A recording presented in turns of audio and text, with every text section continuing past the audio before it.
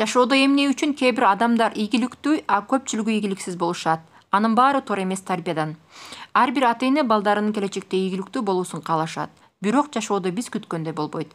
Баланы ар тараптуу өнүккөн инсан катары тарбиялоонун 9 эрежеси бала тарбиясы курстарынан алынган тыянак. Баланы жоопкерчиликтүү болууга мажбурлайбыз. Мисалы, идиш сындырса урушабыз, эки алса жемелейбиз.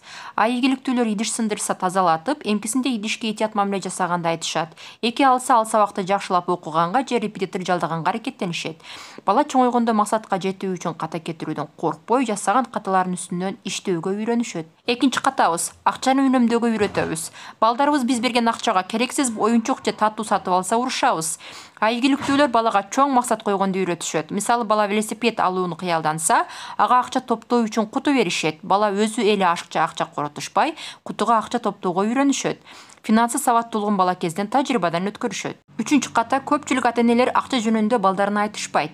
Балдарга банкомат, терминалдар сыйкыр сыяктуу сезилет да, бала каалоолорун алып бер деп тарнышат. Балага киреше чыгаша жөнүндө баланын тилинде жакшылап айтып берсе, финансылык жактан ой жүгүртүүсү өнүгөт. Төртүнчү ката, өкүнүчтүүсү балдарыбызга акча жетпейт, кымбат, акча жаман, алдамчылар бай болушат деген сөздөрдү айтабыз. Акча жетпейт деген сөздүн ордуна киреше чыгашаны үйрөтүү менен каалоосун Кудайдан сураганды айталы. Кымбат деген сөздүн ордуна кайсы бир себептери менен арзан буюмдун да баалуу жактары бар экендигин ишендирсек болот. Бирок кымбат буюм албетте сапаттуу болот. Өзүңүзгө карайсыз. Акча жаман деген сөздүн ордуна акча жөн гана кагаз, ким башын иштетсе гана акчалуу боло алат деп ишендириңиз. Балада акча туурасында туура эмес ишенимдер жаралбасын. Алдамчылар бай болушат деп ишенсе, бала таптакыр максат да кое албай калат. Бешинчи ката, сенин колуңдан келбейт, сен эч нерсени жакшы жасай албайсың, сен ийгиликсизсиң деп айта көрбөңүз. Балага ата-эне эң чоң авторитет. Ишенген адамдар тарабынан уккан сөзү ушул болсо, ал келечекте кандай адам болоорун элестетсеңиз да болот. Алтынчы ката, баланын талантын жана күчтүү жактарын табыңыз. Таппасаңыз ар тараптуу илимдерге, курстарга барып көрсүн.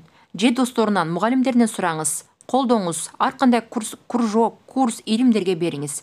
Колунан келерин айтып мактап турсаңыз, балада өзүнө болгон ишеним жаралат.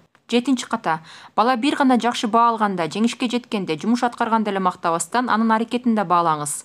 Бала келечекте жыйынтыгы жок, катардагы жумушчу же кызматчы боло турган болсо, өзүн жоготуп, сынып калбастыгы үчүн. Сегизинчи, үй бүлөлүк салттар, бирге сейилдөөгө баруу, чогуу үй бүлөлүк эс алуулар, чогуу майрамдарды өткөрүү, кызыктуу чайлашуулар баланын коомдо же көпчүлүктө жакшы тил табышууга, команда менен иштей алуусуна жакшы жардам берет. Тогузунчу, бала менен бекем мамиледе болуу, анын пикирин угуп туруу, баланын ою менен эсептешүү баланын өзүнө болгон баасын жана ишенимин жаратат.